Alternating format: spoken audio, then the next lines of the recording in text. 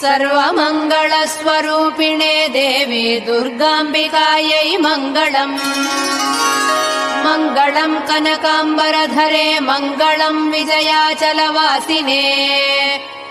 सर्वगुणसम्पूजिते देवी नित्यम् भवतु मङ्गलम्। वरदाभयहस्ते भवानी निखिलेश्वरी। बाला त्रिपुरसुन्दरी देवी नित्यम् भवतु मङ्गलम्। शुभमङ्गलदायिनी शिवे सौभाग्यदायिने। इन्द्रकीलाद्रिनिवासिने तुभ्यम् देव्यस्तु मङ्गलम्। कृष्णातीरनिवासिने गौरी कोमलस्वरूपे।